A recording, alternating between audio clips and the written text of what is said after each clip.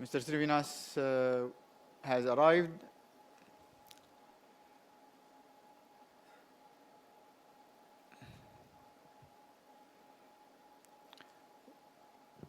The floor is yours.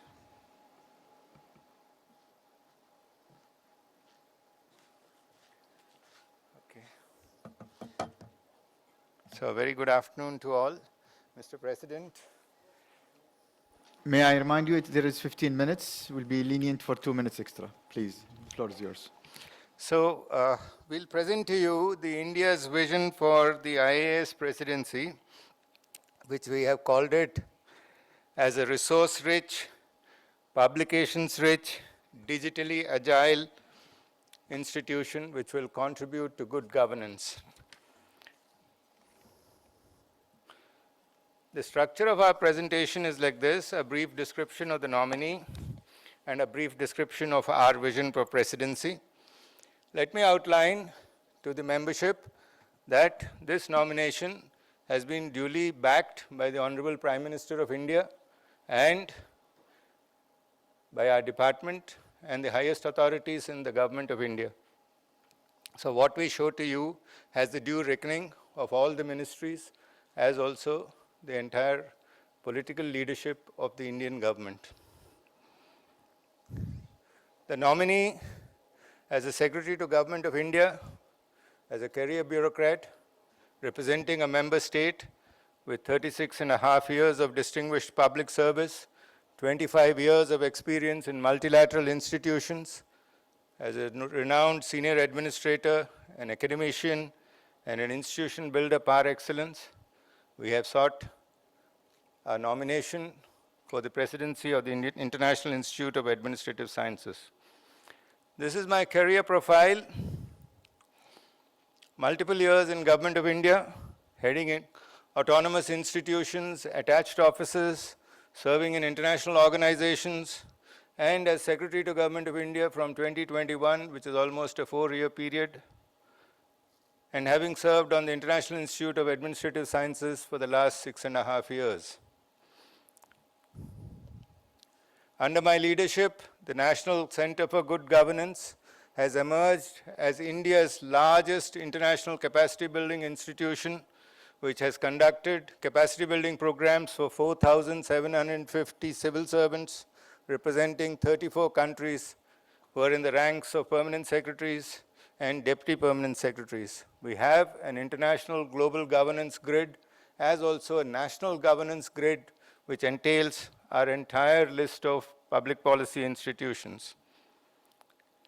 In addition, as a nation that believes in multilateralism, we have memoranda of understanding with multiple countries of Europe, as also with Asia and the Americas, and several partnerships with African countries. Most of these MOUs are signed and exchanged in the presence of heads of government, and you can see the pictures of Honorable Prime Minister along with his counterparts in many of these exchanges. As India's representative to several multilateral fora, I have been on the IIAS Council of Administration as India's nominee from 2018 to 25. I have served on the International Cotton Advisory Committee in Washington, D.C. from 2010 to 13, on the International Monetary Fund when I was posted in Washington, D.C. from 2003 to 2006, several regional fora like SAARC, BIMSTEC, the Asia-Europe Ministers' meetings, the Commonwealth, United Nations General Assembly, United Nations Economic Social Council, the G20 presidency which India held. We were also part of the Troika, both the first time when we had the presidency way back in 2002, and again when we had it in 2024. And the G24, which I've had the opportunity to represent India in more than 200 odd meetings. At the International Monetary Fund, I've had the opportunity to present more than 500 position papers for the nation, representing our commitment to global development. I've headed bilateral delegations to more than 80 countries across the globe over a period of last 25 years. Several book publications, a recipient of the Indian Council of World Affairs Book Research Fellowships. We've contributed to India's role in the International Monetary Fund, the G20, and also our commitment to be a developed nation by 2047, depicted in 2 books, Towards the New India, Governance Transformed, and Viksit Bharat, the subject when we pursue a developed nation.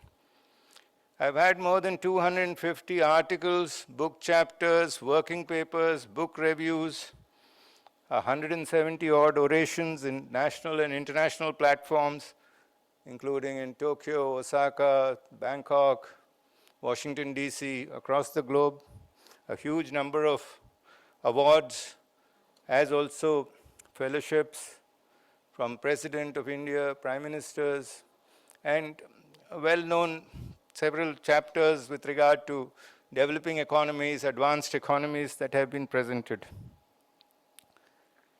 On the Indian International Institute of Administrative Sciences Council of Administration, I have served as the Vice Chairman of the Finance Committee, and I have a deep understanding of IIAS's policy-making processes and challenges. I've always believed in strong relationships, consensus building, and leadership roles in governance, and bringing academic rigor into policy making. India's leadership of the IIAS would be inclusive, action-oriented, and focusing on advanced policy research and public administration, which will create an institution of global governance which can be recognized across the world.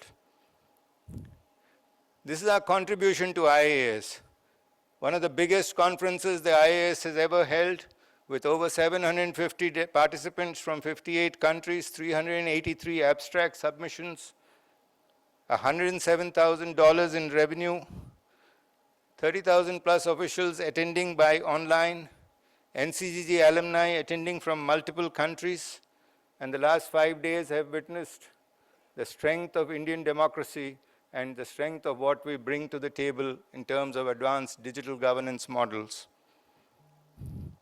This is our vision for the presidency: a resource-rich, a publications-rich, a digitally agile IIAS that will contribute to global governance. And in this regard, we propose the following. We propose to make a membership fee payment on par with the advanced economies like Japan and China. And this we will start from this very year itself. We propose to onboard 50 Indian institutions and universities which have schools of public policy as IIAS corporate members, contributing 20,000 euro to the institutional coffers. We propose to organize 2 IIAS biennial conferences, the first one in February 2027 in New Delhi, and the second one in Mumbai in February 2029, with a participation of 2,000 delegates in each conference. The targeted revenue from these would be entirely transferred to the IIAS coffers, and we expect 200,000 euro to be mobilized from these conferences. In addition, we propose to organize 3 conferences in collaboration with the European Group of Public Administration, one with ACPA in Africa and one with LACPA in Latin America. We've seen the experience of hosting joint conferences, the recent one which Prime Minister Modi had attended in Paris, along with President Macron, with regard to artificial intelligence. On similar lines, we would be happy to host 3 conferences within a period of 1 to 1.5 years to ensure that multilateralism thrives in the field of public administration also. We have a commitment for a stronger IIAS secretariat, and the first step for a stronger IIAS secretariat would be that the salary of the Director General would be reimbursed from the IIAS resources at market rates. We would also like to ensure that all salaries of IIAS staffers are at market rates, and as a step in this direction, we are willing to contribute 100,000 euro to ensure that market-driven salaries are paid to IIAS employees. As a publications-rich institution, we propose to bring 20,000 additional readership to the IIAS journal. We believe that it's a state-of-the-art journal which necessitates widespread dissemination, and we will ensure enhanced dissemination. We also submit an IIAS journal revamping plan that has been provided by the editor-in-chief should be taken forward, and we will implement it in the first days of our presidency. With regard to publications, we see the International Institute of Administrative Sciences as an organization which has the collective intellectual firepower which is the highest in terms of administrative sciences. There is no other organization to match the intellectual firepower that this organization brings to the table. To mark this kind of knowledge that's available with the institution, we would take up a publications plan on the following lines. An IIAS World Governance Report would be brought out as an annual publication. We would take up comparative administration studies, which will represent book publications in collaboration with ACPA, ECPA, and LACPA. Comparative administration studies with United States, Nigeria, India, similar lines. We would bring in qualitative book research to ensure that comparative administration models are available on a global scale. We will bring out an occasional paper series numbering at least 50 to 100 to depict global best practices, particularly innovations in governance. Imagining India through innovation has been a model that we have been pursuing in our quest to 2047. We would like to extrapolate this model to a global scale. We would also like to bring out a policy discussion papers, considering that the quantum of knowledge that's available with the IIAS is quite incredible. An organization has to be digitally agile, and we'd like to create a fully digital IIAS secretariat with new e-governance tools. We have shown to you in this conference the digital public infrastructure models that India brings, a comprehensive revamping of the IIAS website to make it more accessible, user-friendly, and content-rich. We would like to create a digital archive with open access to present 100 years of distinguished history and contributions of the IIAS to the global platform. Additional manpower deployment in the Brussels Secretariat would be pursued, and we would offer back office support with technology specialists and data analytics from New Delhi. In this interconnected day and age, it would be very easy to revamp and create fully digital institutions. And having had this experience of setting up multiple digital institutions, including the Central Secretariat, we feel that the IIAS deserves a very strong and a digitally agile secretariat. So these are some of the thoughts I have. And Mr. President, let me thank you for the opportunity given to me to share my thoughts.